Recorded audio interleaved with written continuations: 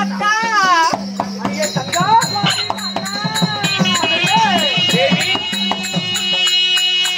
ஐயா பாதமாக நான் பணித்தேன்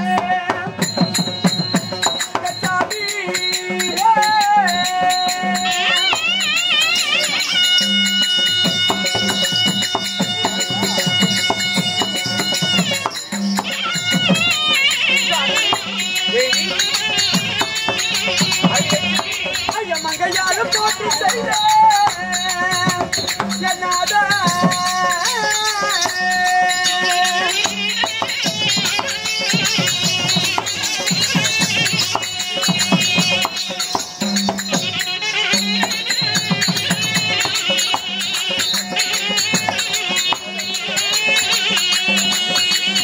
பொன்னான திருமணிக்கு என் மன்னரே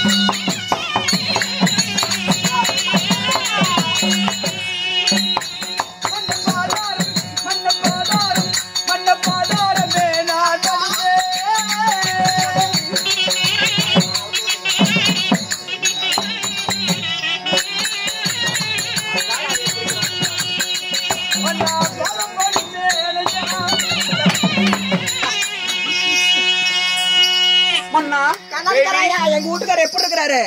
அப்படி 3 பேத்துக்கு அம்சமா இருக்கிறாரா? எந்திரிச்சுதான் உட்காரு.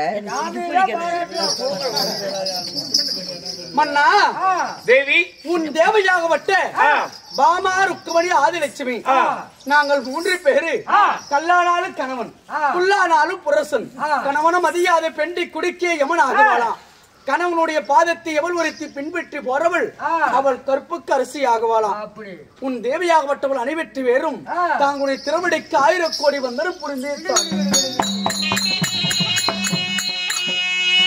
தேவி கணவருடைய திருவடி பாதங்களை பணிந்தபடியா பேரும் புகழும் சீரும் சிறப்புடனே இந்த புவியிலேயே பிறப்பு எடுத்தாலும் ஒவ்வொரு ஜென்மத்திலும் எனக்கே மனைவியாக பிறக்க கடவார் நீடூழி வாழ்வாயாக வாழ்ந்திருந்தால் வையகத்தில் கோடான கோடி காலம் தாங்களுடைய ஆசீர்வாதம் தாங்களுடைய சித்தமாகட்டும் சாமி இருந்தாலும் மன்னா இன்று எதற்காக எங்களை வரவழைத்தீர்கள் என்ன காரணம் யாது விசேடம் மன்னா சாமி என்றைக்கு இல்லாமல் படிக்கு மன்னரே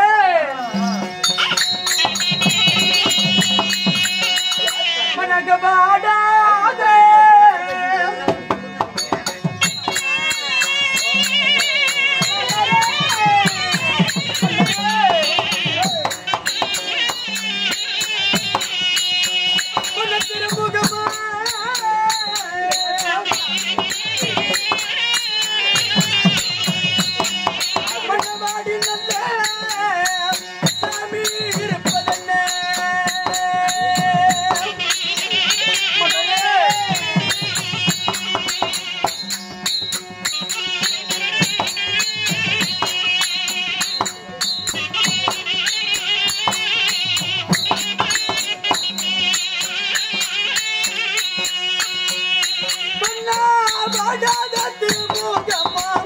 உனக்கு பாடி இருப்பதல்ல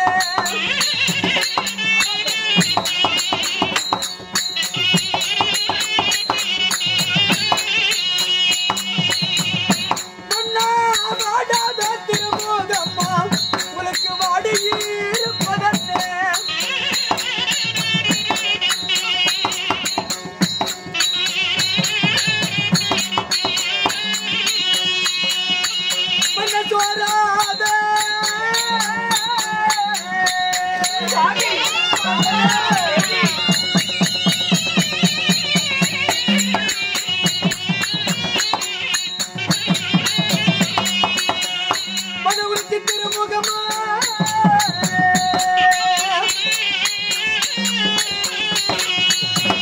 மன்ன தோன்று நல்ல மன்னராயிருப்பதே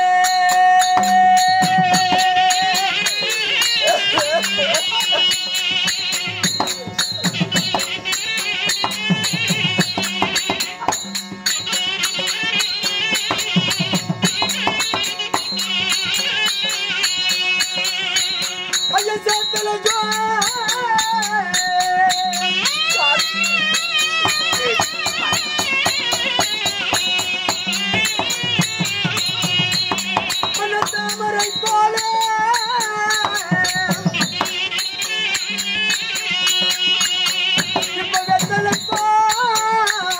பாடி இருப்பதே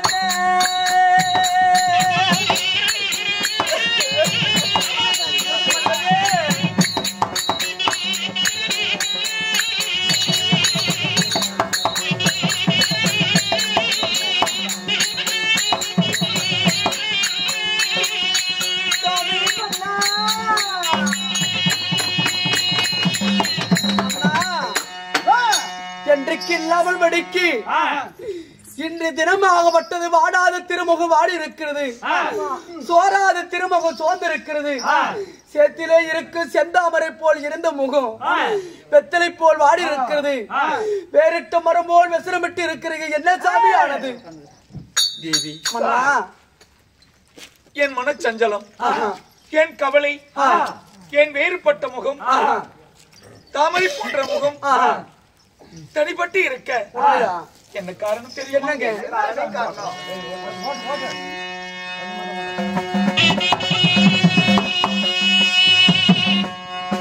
கண்ணே அங்க யாதவ குலமெல்லாம்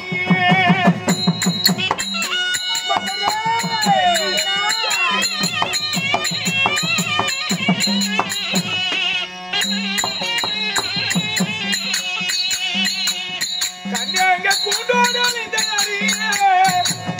நான் என்ன செய்வேன் ஏது செய்வேன்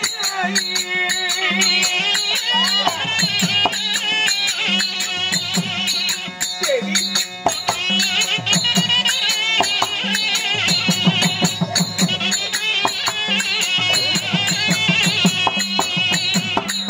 கண்ணே காந்தாரி சாமத்தாரி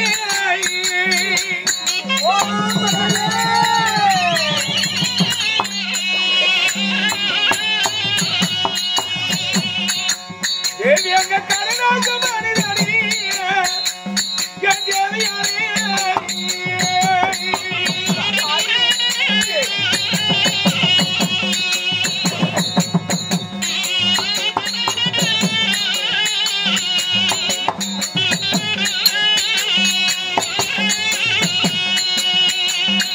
கண்ணே சொந்தே பந்தமில்லை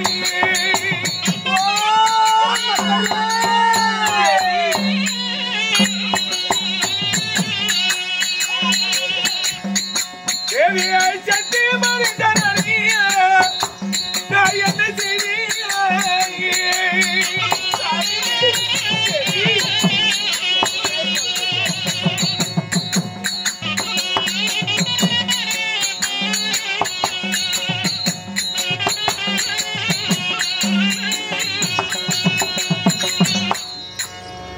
காந்தாரி கொடுத்த சாபத்தினால என் சொந்த பந்தம் சரி யாதவ குலம் எல்லாம் யாதவ சேனை எல்லாம் எல்லோரையும் இழந்து நான் ஒண்டி ஒருவனாக ஒருமர தோப்பாக சரி நான் தனியாக தனிமர தோப்பாக நான் தனிபட்டு நிற்கலானே தேவி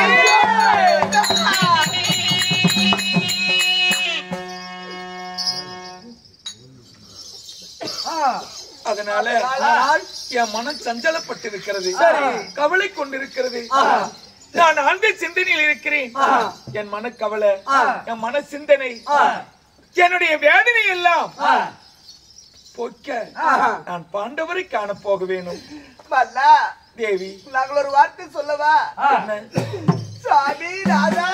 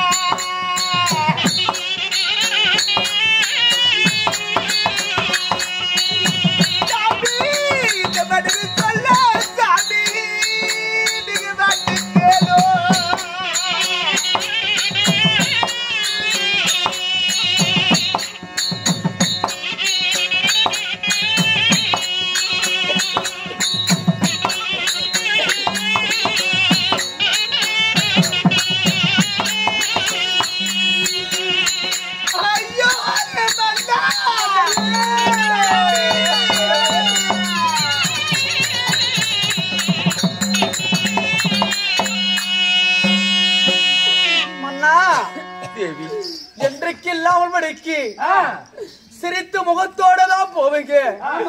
இன்றைக்கு வாடாத திருமுகம் வாடி இருக்கிறது, சோறாத திருமுகம் சோர்ந்து இருக்கிறது. போக வேண்டாம் சாமி. மங்கையாரோட வார்த்தை கேளுங்கள் சாமி, போக வேண்டாங்க. தேவி மன்னா, என் படைப்பட்டாளங்கை, என் சேனகை, என்னுடைய யாதவகுலம் அனைத்தும் என் கண்ணெதிரிலே அலைந்திருக்கின்றது. சரி, இதையெல்லாம் பார்த்த பிறகு என் அன்னாரும் வெள்ளை பாம்பு உருவத்திலே அலைக்கடலிலே ஜோதி உருவத்திலே மறைந்து விட்டார்.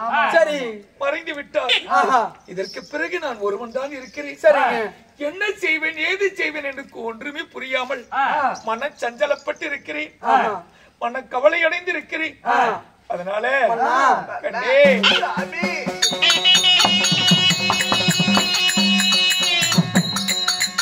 கண்ணே நாம் பாண்டவரை நானும் கண்டி பறந்தவன் போய் மாறி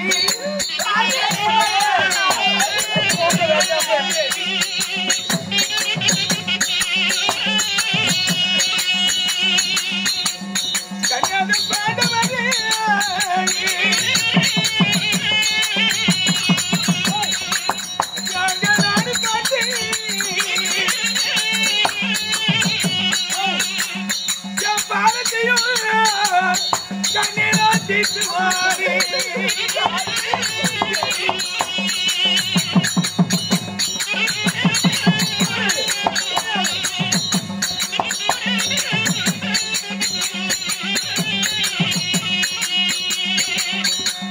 அந்த ஐவரையும் நானும் மாட்டி நாறுகள் சென்று மாறி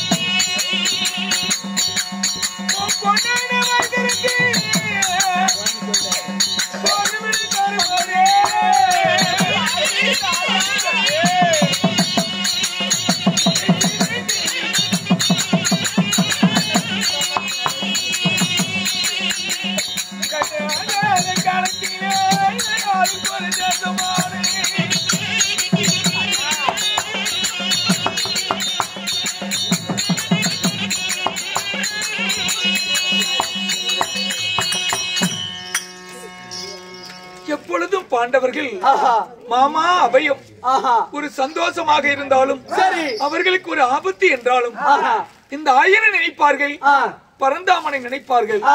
நான் சென்று பாண்டவர்களை காப்பாற்றுவேன், அடைக்கலம் கொடுத்து ஆதரிப்பேன். இன்றைக்கு நான் உண்டி ஒருவனாக ஒரு மரத்தோப்பாக தன்னம் தனிமையாக தனி மரத்தோப்பாக தவித்திருக்கிற இந்த வேலையில அவர்களும் அழைக்கவில்லை, நானும் போகவில்லை 36 வருட காலமாக.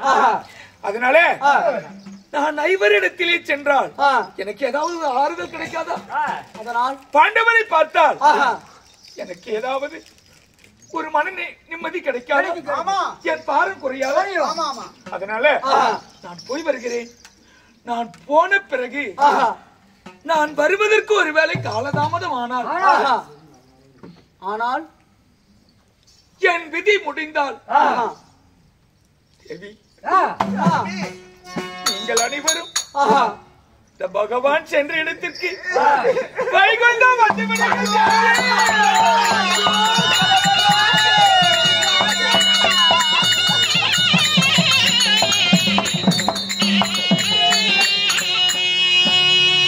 கவினி மாட்டினால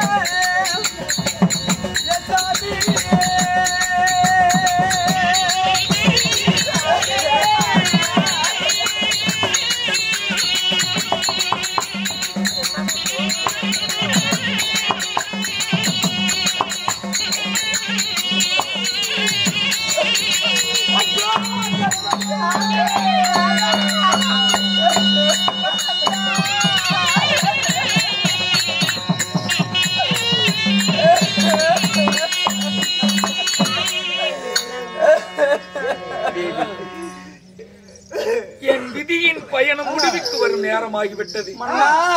என் அவதார முடியும் காலம் நெருங்கிவிட்டது என்று நினைக்கிறேன். அதனால பாண்டவரை காண செல்கிறேன். பாண்டவரை கண்டு நான் வந்தால் பாருங்கள், நான் வருவதற்கு காலதாமதம் ஆகிவிட்டால் நீங்கள் அனைவர்களும் வைகுந்தம் வந்து விடுங்கள் தேவி.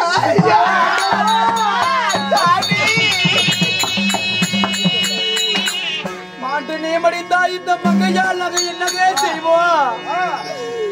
செத்தி நீமடிந்தா இந்த செல்வியால நகை என்ன சாமி செய்வோம். ஆண்டவா,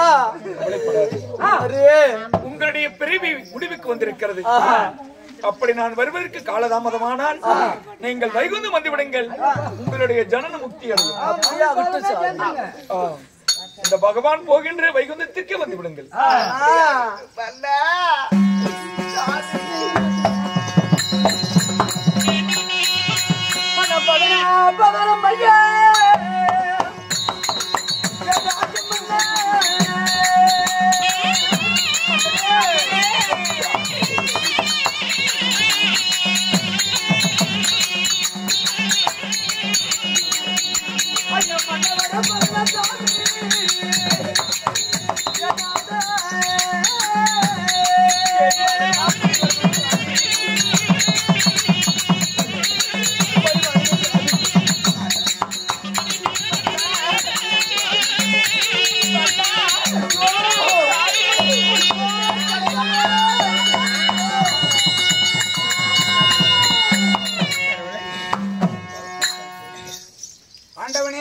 விதி பயன் தனை வெல்ல வேந்தன் அறிய மாட்டான்.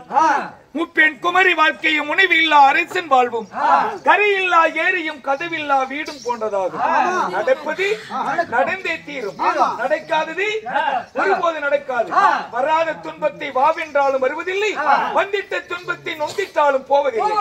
எல்லாம் விதியின் விளையாட்டு. கடவுளுக்கே இந்நிலை என்றால் மானிடருக்கு எப்படி? அதனால தர்மரை பார்க்க வேண்டும். அழைத்து வாருங்கள்.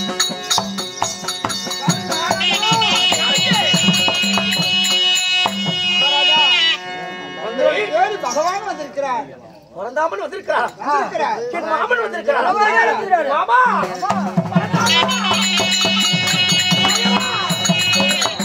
எங்க மாமா பரந்தாமா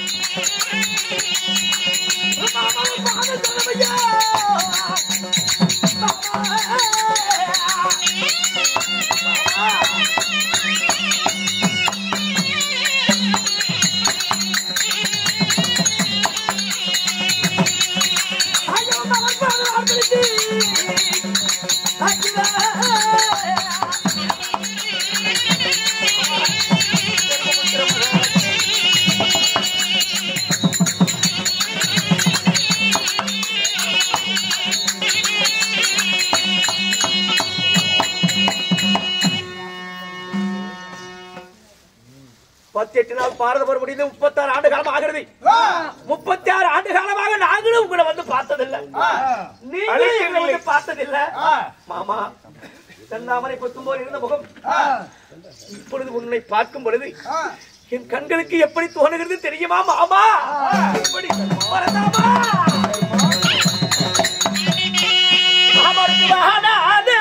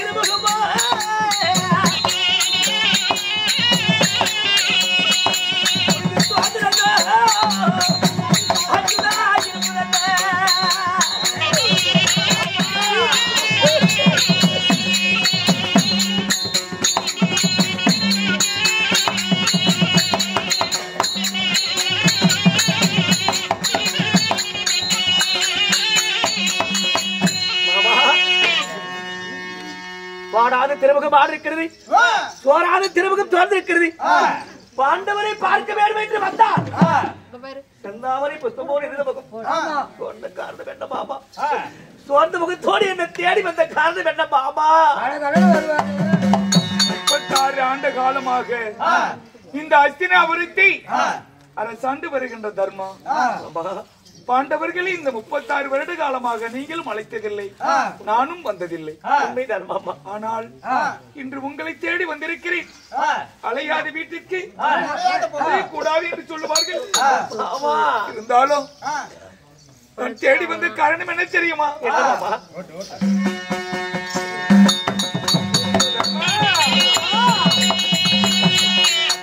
நாம் ஆண்டு நல்லா நாம் அடிந்தோம்.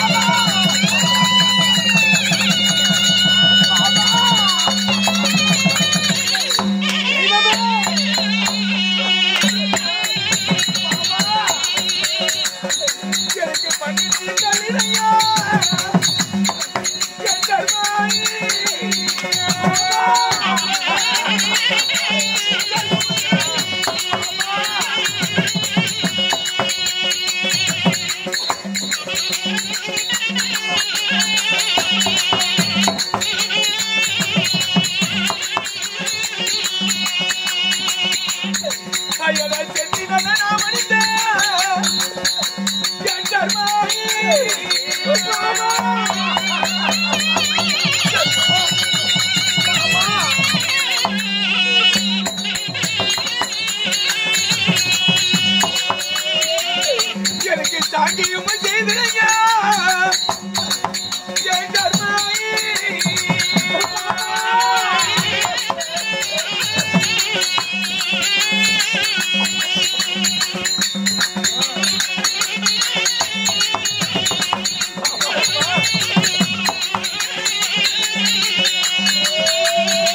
எனக்கு கோடி கூட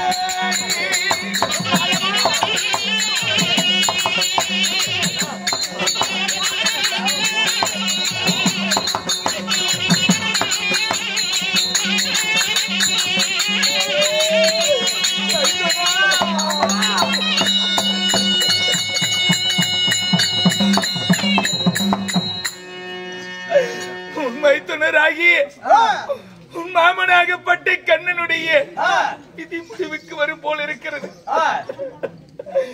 என் மன சஞ்சலமாக இருக்கிறது. நான் மன வேதனை மன கவலையோடு இருக்கிறேன். அப்படி ஒரு வேளை நான் பாண்டு மடிந்து விட்டால் என்ன மண்ணு தள்ளி நல்லடக்கை செய்திடையா.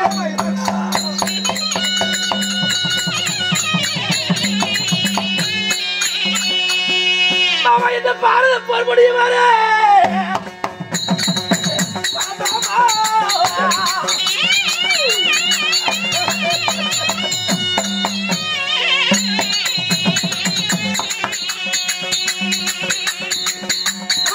ஆதரிக்க வந்த சாமி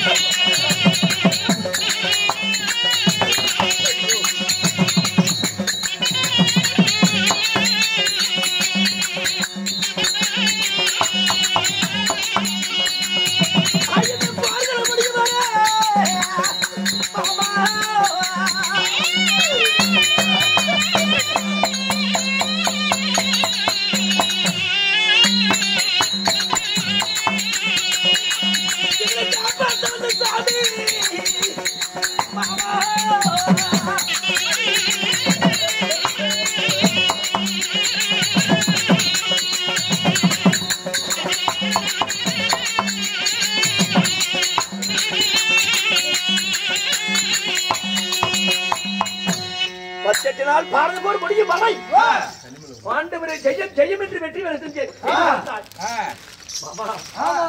பாரத போர் முடியும் 36 ஆண்டு காலம் ஆகிறது. நானும் உன்னை பார்க்கல, நீயும் என்ன பார்க்கல. கடைசி முறையா இந்த வார்த்தை சொல்வதற்கா வர வேண்டும் மாமா.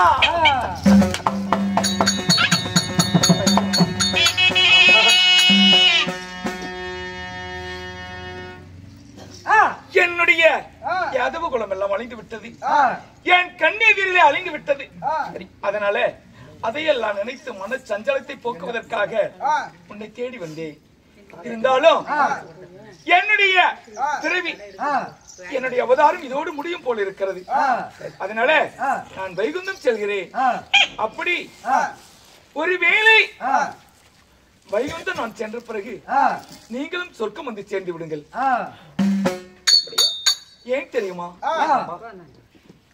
கலியன் பிறக்க போகிறான். கலிகாலம் பிறக்க போகிறது. கலியுகம் பிறந்து விட்டது. இதிலே கலியன் பிறப்பான். அதனால நீங்கள் இங்கே இருக்க வேண்டாம். நீங்கள் நீதி தவறாத மன்னர்கள். அதனால நான் சென்ற இடத்துக்கு வந்து நீங்கள் சொர்க்கத்துக்கு வந்து விடுங்கள்.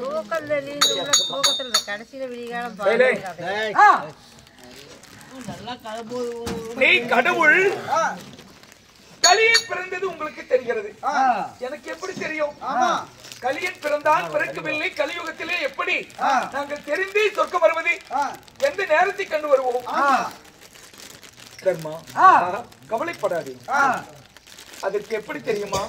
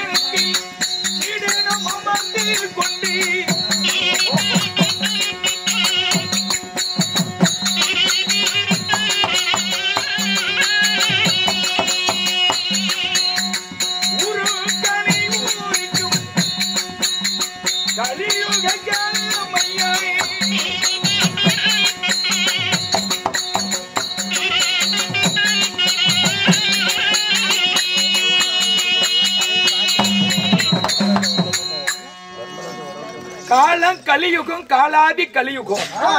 அதுல தாய்க்கு பிள்ளை இல்ல, நோவுக்கு மருந்து இல்ல. கொடுத்த காசு கேட்க போனா அடிக்கும் காலம். குருவிருக்கும் ஆசனத்தி சீடனை வந்து அதாவது களி சொல்லும் காலம். பெத்த தாய் புத்தி சொன்னா மயிர் பிடிச்சாடு அடிக்கும் காலம். பெஞ்சாதி அடித்தால் அதை பொறுத்து கொள்ளும் காலம்.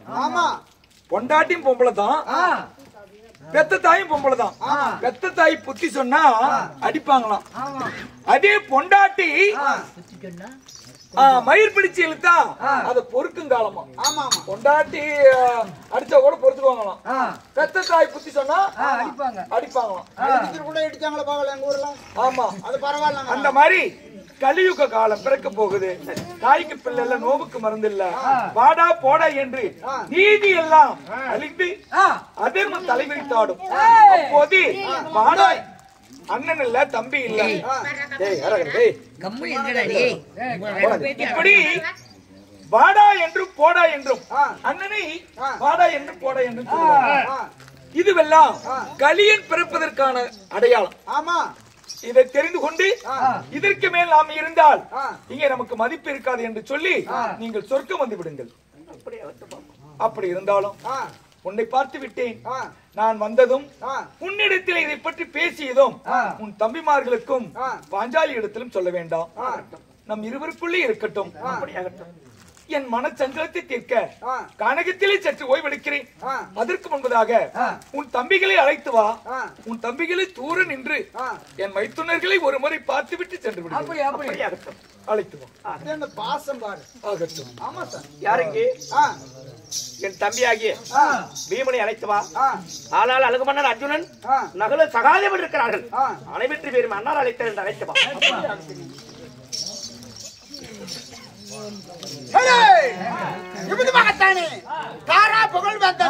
தர்மபுத்திர மகாராஜன் 12,000 கஜேந்திர படித்த பீமச்சான் அழைக்க பீமச்சான தப்பா அவரால் மட்டும் வருகிறார்.